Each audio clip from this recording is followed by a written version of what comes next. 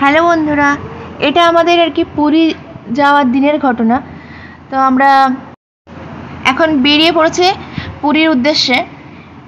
আর প্রথমে বাড়ি থেকে বেরিয়ে আমরা টোটোতে উঠেছি, আর এখন যাচ্ছি বারাসাত স্টেশনে। আর এখন ট্রেনে করে প্রথমে দমদম যাব, তারপর ওখান থেকে মেট্রোতে করে গিয়ে রবীন্দ্র সদন নামবো।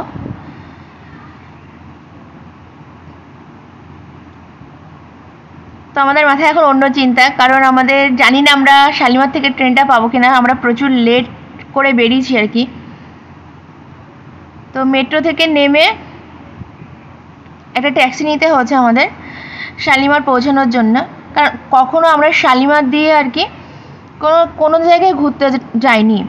এবার শালিমার স্টেশন সম্পর্কে আমাদের কোনো ধারণাই ছিল না, মানে ওইখানটাতে পৌঁছাতে গেলে যে এত সমস্যায় পড়তে হবে সেটাই বুঝতে পারিনি। আসলে আমরা জানতাম ট্রেনটা হচ্ছে 10:45 রাত।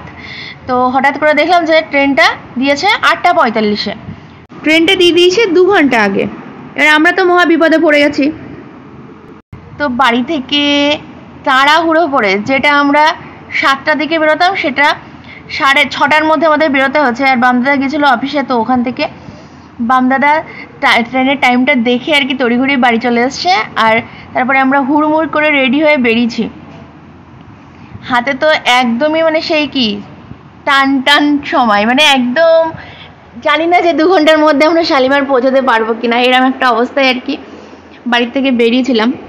তো তখন ভাবছিলাম যে যদি না পৌঁছাতে পারি তাহলে ফিরে যেতে হবে, এই আর কি। তা যাই হোক, সময়ের মধ্যে আর কি আমরা পৌঁছাতে পেরেছিলাম শালিমার স্টেশনে। সত্যি খুব অড জায়গায় শালিমার স্টেশনটা। তো আমাদের ভাগ্য ভালো যে টাইমের মধ্যে পৌঁছাতে পেরেছি, এই আর কি। আর আমরা জীবনে কখনো শালিমার স্টেশন থেকে কোনো ট্রেনে কোথাও যাব মানে যাওয়ার কোনো ইচ্ছা আর রইল না। এই ট্রেনটাতেই আর কি, এই ট্রেনটাই দিয়েছে আর কি পুরীর।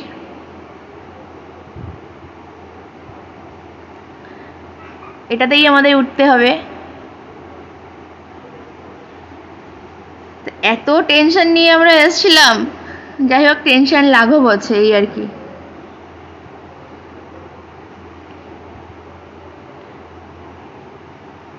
তো আমরা পৌঁছানোর 4-5 মিনিট পরে আর কি ট্রেনটা মানে ছাড়ার টাইম আর কি।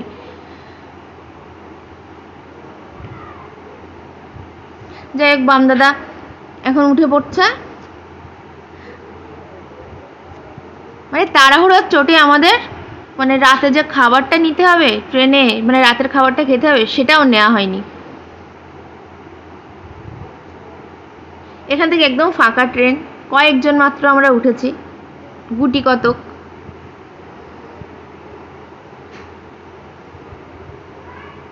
ফাইনালি আমরা পুরীর উদ্দেশ্যে রওনা দিতে পেরেছি। শালিমার স্টেশন থেকে ট্রেনটা ছাড়লো।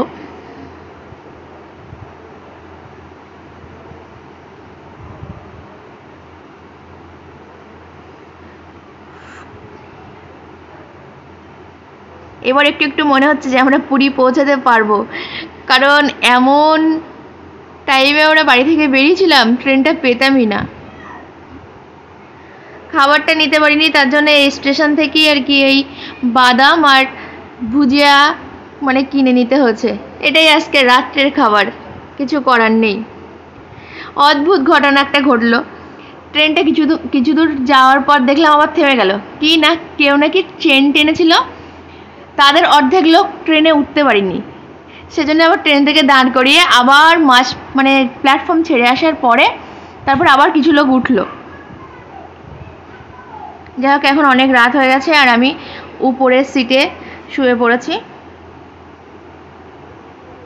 আর এখন সকাল, আমরা পুরী স্টেশনে এসে নেমেছি একদম ভোর। এখন আমি তো ঘুমাতে পারিনি, চোখ মুখের অবস্থা দেখেই বুঝতে পারবে সবাই। আমার এখনো ঘুম পাচ্ছে, মানে যেহেতু সারা রাত ঘুমাতেই পারিনি,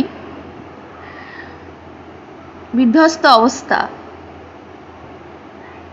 তো ওখানে নামার পরে ওখান থেকে আর কি আমরা একটা টোটোতে উঠেছিলাম। আর এখানে কিন্তু মানে 20 টাকার ভাড়া কেউ 200 টাকাও নিয়ে নিতে পারে যদি কেউ না জানে। তো আমরা জানতাম, সেজন্য টোটোতে এসেছি, আমাদের 20 টাকা করে ভাড়া নিয়েছে। তারপর ফাইনালি আমরা সি বিচে এসে পৌঁছেছি।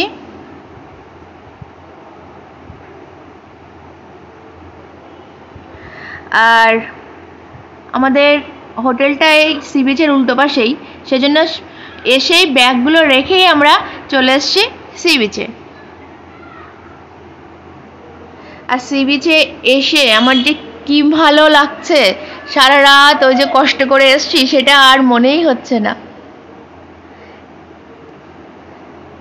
তো আমি এসেই তো জলে নামার জন্য পাগল হয়ে উঠেছি। আর বামদাদা তোমাকে বকা দিচ্ছিল। এই সবাই সূর্যোদয় দেখার জন্য আর কি তখন সি বিচে ভিড় করেছিল, মানে সকালে সবাই সূর্যোদয় দেখতে চায় তো সি বিচে। আর এখন জলটা একদম পরিষ্কার স্বচ্ছ। আমি তো নামবই, অটোমেটিক্যালি লাফানোও শুরু হয়ে গেছে আমার, যে আমি জলে নামবো কখন। মনের ভেতর ছটপট ছটপট করছে জলে নামার জন্যে, মন ছটফট করছে। তো এসে আমি আশপাশটা একটু খুব ভালো করে দেখিয়ে নিলাম সবাইকে। আর ঢেউ দেখে তো মনটা একদম ভরেই যাচ্ছে। কতদিন পর পুরী এলাম, সেই ফণির সময় এসছিলাম, মানে ফণি যে বছর হয়েছিল পুরীতে সে বছর আমরা গেছিলাম পুরী, আর তারপরে এই বছর গেলাম।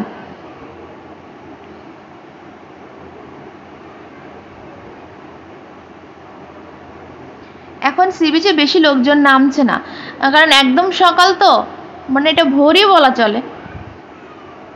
আর আমি এসে ঝিনুক কুড়ানো শুরু করেছিলাম।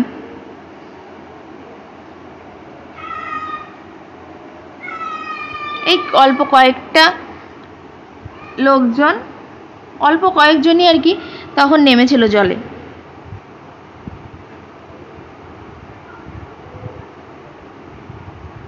বলছিলাম না আমি ঝিনুক কুড়াচ্ছিলাম, মানে এসেই এতগুলো ঝিনুক ততক্ষণে আমার কুড়ানো হয়ে গেছে এদিক ওদিক ঘুরে ঘুরে।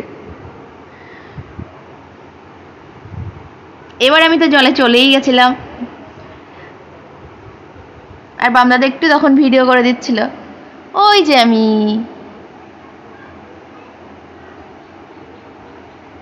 ওখানে নেমেও আমি ঝিনুক কুড়াচ্ছিলাম, মানে এতটাই ঝিনুকের প্রতি আমার, ঝিনুক কুড়ানোর নেশা আমার।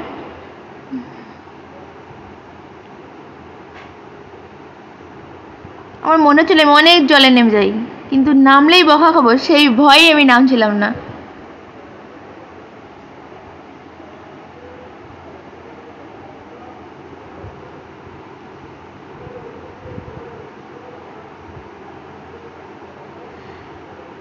আমার যে কি মজা লাগছিল তা কি বলবো।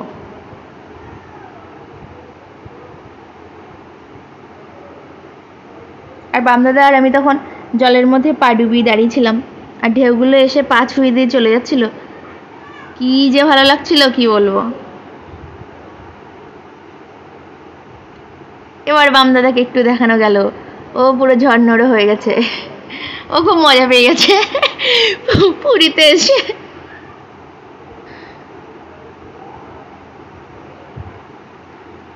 এবার আমাকে দেখে দেখি বামদাদা এবার জলে নেমে গেছে। কিন্তু আমরা এক্ষুনি মানে জলে পুরোটা ভিজতে চাইছি না, কারণ এখনো হোটেলের ভিতরে গিয়ে আমরা সব কিছু মানে রাখতেও পারিনি ঠিক করে, শুধু ব্যাগগুলো রুমের ভেতর ভরে দিয়ে চলে এসছে। গিয়ে একটু ফ্রেশ হয়ে একটু খাওয়া দাওয়া করে তারপর আবার আসবো সি বিচে। সেই কাল রাত থেকে কিন্তু সেই রাতের খাবারও খাওয়া হয়নি আমাদের, কারণ সেই তাড়াহুড়ো করে বেরিয়ে এসছি বলে। আর এখনো পর্যন্ত কিছু খাইনি, কিন্তু আমার এনার্জি একটুও কমেনি, সমুদ্র দেখে আরো এনার্জি ফুল হয়ে গেছে।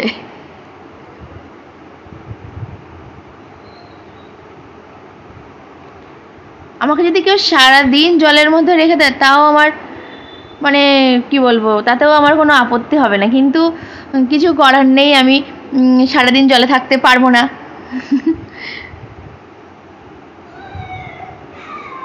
একদম পরিষ্কার জল এখন সকালে, কি যে পরিষ্কার কি বলবো, এত পরিষ্কার জল মানে এই সকালের দিকটাতেই থাকে।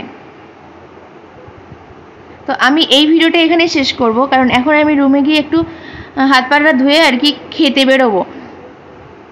এরপরে যে কদিন থাকবো সব দিনের ভিডিও কিন্তু আমি দেখাবো সবাইকে।